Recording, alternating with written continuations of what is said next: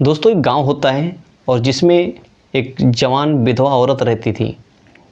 दोस्तों अगर बात करें उस औरत की तो वो इतनी शारीरिक रूप से सुंदर थी और बहुत सारे चाहे बड़े हो या बुजुर्ग हो, उस औरत को देख करके हर कोई मनमोहक हो जाता था और उसको पाने की कोशिश करने लगता था। लेकिन आप लोगों को जानकारी के लिए बता दूं कि ठीक उसी गांव में एक पुजारी भी रहा करता था। जो औरत होती है उस पुजारी के साथ में कई बार नाजायज़ संबंध बनाती रहती थी। ये सारी चीज़ें जब वहाँ के गांव वालों को मालूम हुआ तो उसके साथ में क्या होता है, कि सभी के रोंगटे खड़े हो जाते हैं कि आखिर ऐसा कैसे ये औरत कर सकती है। दोस्तों वीडियो पूरा देखने के लिए थोड़ी सी मेरी रिक्वेस्ट है, अगर चैनल को सब्सक्राइब ना किए हो तो चैनल को सब्सक्राइब कर दीजिए और प्यारा सा कमेंट ज़रूर करिएगा कि ये वीडियो आप लोग कहाँ से देख रहे हैं।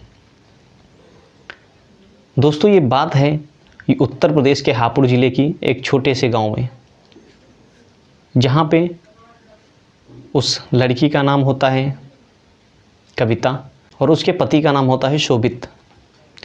दोस्तों वो परिवार में जो है 4 लोग होते हैं, उसके सास ससुर भी रहते हैं। बढ़िया अच्छा खासा परिवार चलता है उन लोगों का। और वो जो शोभित होता है, शोभित एक इलेक्ट्रीशियन का काम करता है, काफ़ी अच्छे घराने से आता है। दोस्तों ऐसे ही एक दिन शोभित काम पे जा रहा था और कविता से बोलता है कि कविता जल्दी से खाना बांध दीजिए, मैं थोड़ा जल्दी आज जाना चाहता हूँ काम पे। दोस्तों कविता जो है खाना बांध देती है शोभित के लिए और वो जल्दी से ही चला जाता है कंपनी में काम करने के लिए। वो उस दिन उसका शायद बहुत ही बुरा दिन था, बुरा वक्त था। जो शोभित होता है उसके करंट लग जाता है लाइट का और उसको इतनी तेज़ी से करंट लगता है कि उसका जो पूरा शरीर होता है एकदम से काम करना बंद कर देता है। फिर ये खबर जो है उसके दोस्तों के द्वारा उसके घर में मालूम होता है, तो जो कविता होती है वो बहुत तेज़ी से रोने लगती है और कहती है अब क्या करें। दोस्तों फ़ौरन में ही सब उसको हॉस्पिटल में भर्ती कराते हैं, जहाँ पे डॉक्टर देखता है और डॉक्टर ये कह देता है कि ये जो है हमेशा के लिए अपाहिज हो चुके हैं, कि उनका जो है शरीर काम करना बंद कर दिया है। दोस्तों 6 महीना जो है शोभित अपने घर पे चारपाई पे पड़े रहता है और कविता जो है वो सारे काम करती है जो एक सच्ची पत्नी को करना चाहिए। ये सारी चीज़ें देख करके जो शोभित होता है खुश होता है, लेकिन उसके जो दुखों का पहाड़ टूटा हुआ था उसके बाद में एक भारी जो है आपत्ति उसके ऊपर आ जाती है, क्योंकि शोभित 6 महीने बाद शोभित का देहांत हो जाता है, शोभित स्वर्गवास हो जाता है। जब वो जो कविता होती है, कविता इस दुनिया में अकेली रह जाती है, मात्र उसके जो सास ससुर होते हैं, उसका सहारा बनने वाला कोई भी नहीं था। तो हर तरीके से टूट चुकी थी कविता और उसके जो सास ससुर थे, माता पिता, वो उसको तसल्ली दे रहे हैं कि बेटी हिम्मत मत हारिए, आपकी ज़िंदगी अभी बहुत है और जो मर गया तो उसको कोई दोबारा नहीं ला सकता है। उसके जो सास ससुर होते हैं उसको तसल्ली देते हैं कि किसी भी प्रकार से ये थोड़ा मन अच्छा करने लगे। और वो जो उसकी सास होती है कहती है बेटा आप क्यों ना जो है पास के मंदिर में रोज़ जाया करो और भगवान से विनती प्रार्थना किया करो, जिससे जो है मन कुछ आपका खुश रहेगा और आपको जो है इतनी उदासी रहने की ज़रूरत नहीं है। दोस्तों ये सारी बातें जो है कविता जब अपने सासू माँ की सुनती हैं तो उसके दिमाग में कुछ पड़ता है और सोचती है कि हाँ ये तो कुछ सत्य ही बात कर रही मम्मी। उसके बाद में जो है कविता होती है वो दोस्तों पर डे जल लेकर के जो है मंदिर को जाया करती थी।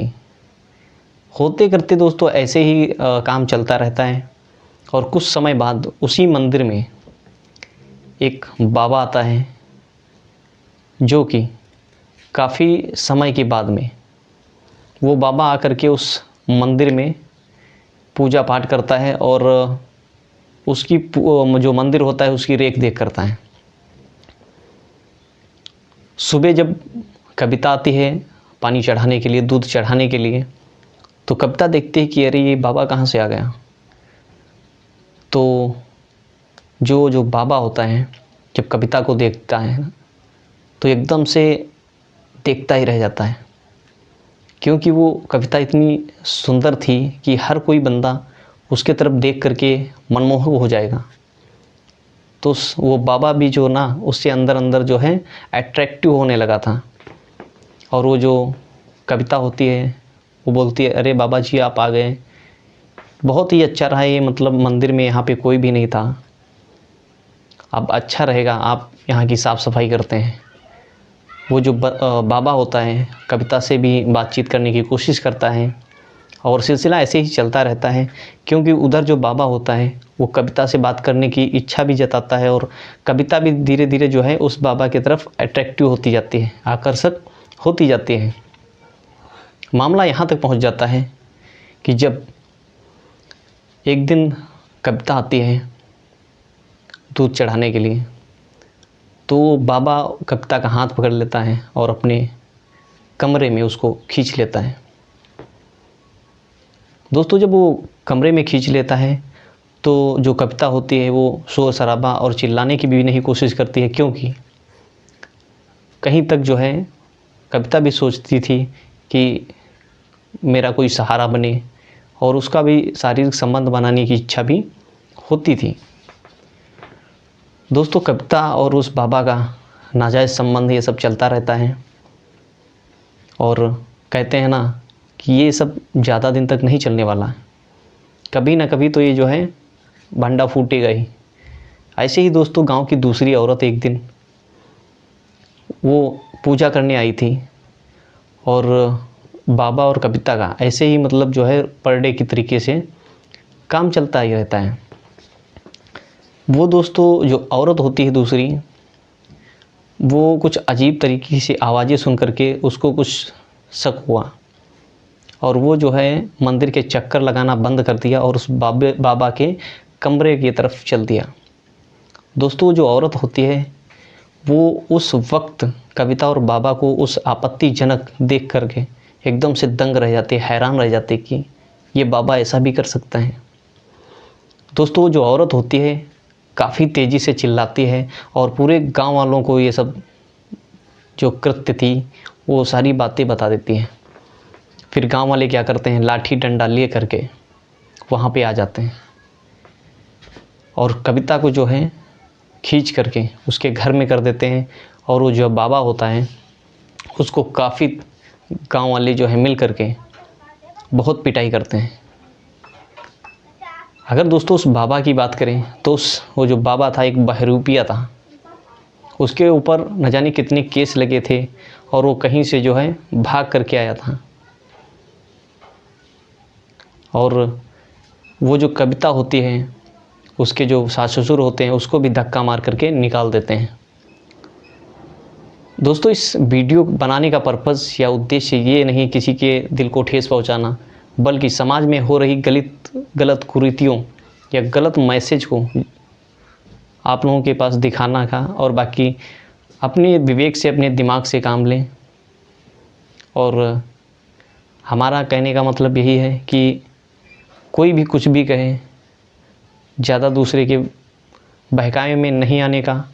और वीडियो आप लोग कहाँ से ये देख रहे हैं कमेंट में ज़रूर बताइएगा। और मिलते हैं किसी ऐसे ही वीडियो के साथ, ऐसे ही सच्ची कहानी के साथ। तब तक के लिए जय हिंद, जय भारत।